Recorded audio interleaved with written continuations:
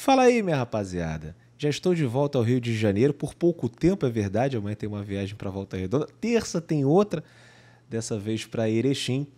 Mas eu queria falar ainda sobre esse atual momento do Botafogo, né, com o técnico aí na corda bamba, né, passados mais de 24 horas depois da vergonha lá no Chile. Já deu para se tocar que o Textor, nesse momento, não irá demitir o Luiz Castro, né? Parece que o que segura o treinador no clube é a sua alta multa rescisória. O vídeo de hoje é sobre isso. Vou rodar a vinheta, mas antes de rodar a vinheta, vou pedir para vocês deixarem o like. É muito importante, né? Também é importante vocês se inscreverem no canal. O canal tem crescido muito nos últimos dias, né? Nas últimas semanas, com esses vídeos diários. Então, obrigado aí porque vocês contribuem por isso. E também, quem quiser, quem puder, aliás, ser membro do Setor Visitante, a partir de R$5, vocês entram para a nossa família e ajudam demais no crescimento do canal. Tamo junto, agora pode rodar a vinheta.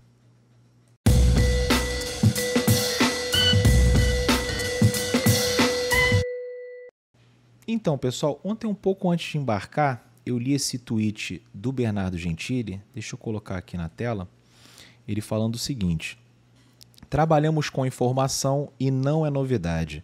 Trabalho do Castro não agrada Textor, jogadores e grande parte da torcida. O dono da SAF, porém, não vai pagar a multa nesse momento. Essa é a situação.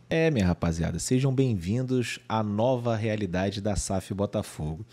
Eu tuitei em cima, né, falando que hoje eu trocaria de treinador, apesar de ficar um pouco ressabiado, porque se me dessem agora a opção de trocar o Castro pelo Dorival, pelo Sampaoli, né, eu trocaria de imediato, mas eu acho que esses dois técnicos não aceitariam vir para o Botafogo. Acho que o Cuca também não aceitaria vir para o Botafogo. Acho que a gente ia atrás de uma opção mais modesta e o desempenho talvez pudesse ser pior do que aquele que a gente já vem assistindo em campo. Acreditem, sempre é possível piorar, mas eu também não acredito, né, em evolução com o Luiz Castro no comando nesse momento. Falei aqui no vídeo anterior, se depois daquele jogo contra o Vasco e depois daquele jogo contra o Flamengo, né, que foram duas partidas muito intensas, né, com umas arbitragens bem loucas, né, aconteceu de tudo naquelas partidas, 4 expulsos, e aí o time, né, mal psicologicamente é eliminado pelo Sergipe na Copa do Brasil, mas depois consegue se reagrupar, ganha do Audax, ganha da Portuguesa, ganha do Magallanes e, acima de tudo, jogando bem, eu falar, pronto, tínhamos um problema pontual, aquele jogo contra o Sergipe foi uma exceção, fomos eliminados, foi uma tragédia, mas o que importa é que daqui para frente a gente tem, né, indícios de que as coisas vão melhorar com o treinador. Hoje não tem, hoje o padrão é jogar mal. O Botafogo vem jogando muito mal todos os jogos e não vejo o Luiz Castro, né, com as peças que ele tem e com as peças que acabaram de chegar e ainda não estrearam, né, que ele consiga mudar, né, o desempenho do Botafogo. E aí eu continuo falando ali, ó, talvez também seja a opinião do John Textor, né, que não acredita, talvez o Textor, segundo o Gentili, por exemplo, né, ele não acredita, quer dizer, ele não está agradado com o trabalho, mas talvez ele não acredite que o Botafogo tenha a possibilidade de evoluir com o Castro no comando, mas aí entra a questão da multa, né? E no Botafogo amador, o dirigente demitia e empurrava a dívida para a próxima gestão. Agora, sai do bolso do Textor, né? Sai do bolso do clube que o Textor tem 90% das ações. Então a responsabilidade é dele, a responsabilidade de novas dívidas é do Textor. Antigamente, o que os dirigentes faziam? Tem um caso que eu acho um dos mais bizarros dos últimos tempos, que é o do Fred com o Galo e o Cruzeiro. O Fred era jogador do Atlético Mineiro, ele rescindiu o contrato, já existia um rumor da ida dele para o Cruzeiro, o Galo então colocou no contrato da rescisão que se ele fosse para o Cruzeiro ele era obrigado a pagar uma multa de 10 milhões para o Galo. Ele foi para o Cruzeiro, os dirigentes do Cruzeiro assinaram, né, um outro contrato falando que assumiriam a dívida, nunca pagaram e agora o Galo está cobrando o Fred, que está cobrando o Cruzeiro. Olha que loucura. Era assim que sempre foi feito, né? E não é à toa que o Cruzeiro teve que virar SAF, porque estava com uma dívida imensa. O Botafogo, outro clube que foi pelo mesmo caminho. Os nossos dirigentes foram muito irresponsáveis ao longo dos últimos anos, gastando um dinheiro que não existia e jogando para a próxima gestão. Não existia uma preocupação a longo prazo. Era simplesmente uma preocupação com o presente, né, em fazer, né, o filme ali com os torcedores, né, montar um time bom, um time caro, ir para um all-in e tentar disputar um campeonato, né, de qualquer jeito. A gente viu isso com o Maurício Assunção, por exemplo. Né? E aí chegou um certo momento ali na temporada, quando a gente estava na Libertadores, que o dinheiro acabou. Os jogadores quase fazendo uma greve durante a Libertadores. A gente pode até dizer assim que é um roubo mais fácil que existe, porque você se compromete a pagar valores importantes, né? Valores muito altos, acima das possibilidades do seu clube, você não paga, depois você sai e fica por isso mesmo. Ninguém é responsabilizado, ninguém vai para a cadeia. Era muito fácil ser dirigente. E hoje, né, com esse regime profissional que a gente vive, as coisas são diferentes. Eu até concluo aqui, né, ainda sobre esse tweet do Bernardo, falando assim, e aí, como é que faz? É complicado. Por isso eu entendo esticarem a corda o máximo possível. Entendo a administração do clube ter uma paciência que a torcida não vai ter. Agora, se continuar assim, os jogos no Newton Santos vão ser o inferno, seja o que Deus quiser. Acredito que todo mundo que esteja vendo esse vídeo, né, seja torcedor do Botafogo, ou quase todo mundo, mas os torcedores do Botafogo que estão assistindo aqui mais um vídeo sobre essa situação do Castro, né, que, cara, que no final das contas todo mundo torce para as coisas darem certo. Né? O torcedor pode até querer a saída do Castro, mas vamos supor que rolasse ali uma virada de chave, o time jogasse pra caramba contra o Ipiranga, ganhasse fora e ganhasse bem, depois jogasse contra o São Paulo, né, no Newton Santos, e também uma vitória contundente, com o Botafogo jogando bem, e aí de repente vai lá, empata contra o Bahia, mas fez um jogo aceitável, o torcedor fala assim, opa, caramba, olha só, as coisas mudaram e a gente não precisa demitir o treinador, né? Que seria um problema pra gente, essa multa de 10 milhões, agora a gente vai pegar esses 10 milhões e vamos poder gastar em contratações, olha só que maravilha.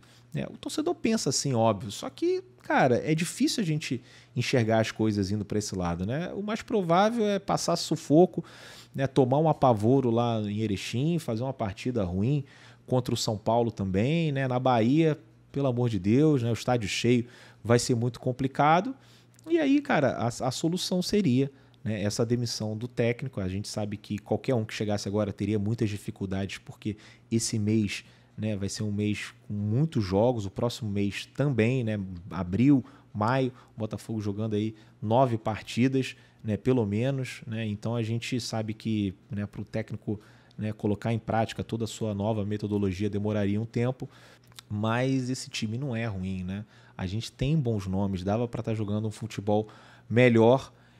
E aí, cara, o nosso dirigente vai tentar, né, esticar ao máximo a corda, como eu falei, para não ter que pagar essa multa. É compreensível, mas ao mesmo tempo pode ser um erro, porque a eliminação da Copa do Brasil custa um dinheiro, a eliminação na Copa Sul-Americana também custa dinheiro. Né? As vitórias na fase de grupos da Sul-Americana, elas dão dinheiro. O Botafogo poderia ter ganhado R$500 mil se vencesse o fraco Magallanes com um jogador a mais e não venceu. Então eles vão ter que fazer essa escolha. Né? Será que vale a pena você demitir o Castro, pagar 10 milhões, mas não abrir mão desse dinheiro da Copa do Brasil ou do dinheiro da Copa Sul-Americana com as premiações? Né? É uma decisão difícil, né, que eu entendo, e não estou aqui também para ficar fazendo campanha e ficar martelando fora Castro, fora Castro, fora Castro. Eu já falei que hoje eu trocaria, mas se o Textor decidir pela permanência do Castro, eu vou para o estádio para torcer pelo Botafogo, né? Não vou para lá e falar assim, tomara que perca para o Audax, para o Castro ser demitido. Nossa, tomara que seja eliminado da Copa do Brasil para ser demitido. Não, torcer para o Botafogo ganhar e para as coisas mudarem. Acho difícil que elas mudem, né? Mas ao que tudo indica, o Castro deve continuar aí para esses próximos jogos, porque o John Textor não quer pagar a multa. Se essa decisão é certa ou errada, a gente só vai saber mais para frente. Mas era uma decisão que precisava ser tomada agora. E depois, quem tomou essa decisão precisa ser responsabilizado se as coisas não darem certo. Né? Então, assim, o Castro, ele é parte do problema, mas ele não é o único responsável. Tem muita coisa errada no Botafogo. Começar pelo planejamento desse ano, né? Foi um horror. O Castro já tinha falado que precisava ali de 30 dias de pré-temporada, né? Acabou que os jogadores entraram em campo depois de 9 dias de treinamento, ia para os Estados Unidos, não foi, jogou um amistoso ali por puro capricho contra o Crystal Palace no final do ano, que acabou adiando as férias, né? Os jogadores poderiam ter tido mais tempo para descansar, poderiam ter retornado antes, não retornaram. Foi realmente bem ruim esse início de planejamento, e isso não é culpa do Castro, né? O Castro também pediu alguns reforços para serem protagonistas e acabou recebendo jogadores ali que são úteis, né, para compor o elenco, mas não veio nenhum cara diferenciado. A gente achou que ia ter um time melhor em 2023 e aparentemente tem um time um pouquinho inferior, ou talvez ali do mesmo nível que o do último campeonato. Então são coisas que a gente também tem que, né, colocar na balança na hora de avaliar o trabalho do Luiz Castro. Vamos ver o que vai acontecer. Estaremos aqui sempre no setor visitante atentos para fazer novas atualizações e comentar em cima desse atual momento do Botafogo. Galera, sério, brother, que eu mais torço é para as coisas darem certo, para a gente ser feliz. Não aguento mais, 30 anos sem comemorar um título decente. Esse ano eu achei que a gente iria forte na Sul-Americana e estou muito preocupado. Esse empate foi muito ruim, até porque a LDU venceu, né? Então a gente pode até se classificar em primeiro, mas acho que a gente largou atrás e se ficar em segundo, pega um terceiro de Libertadores. E aí, meus amigos, complica demais. Bom, rapaziada, deixa o like, se inscreva. Quem puder, vire membro aí do canal a partir de R$5. Vocês entram para a família Setor Visitante. Beleza? Tamo junto e valeu por toda a moral.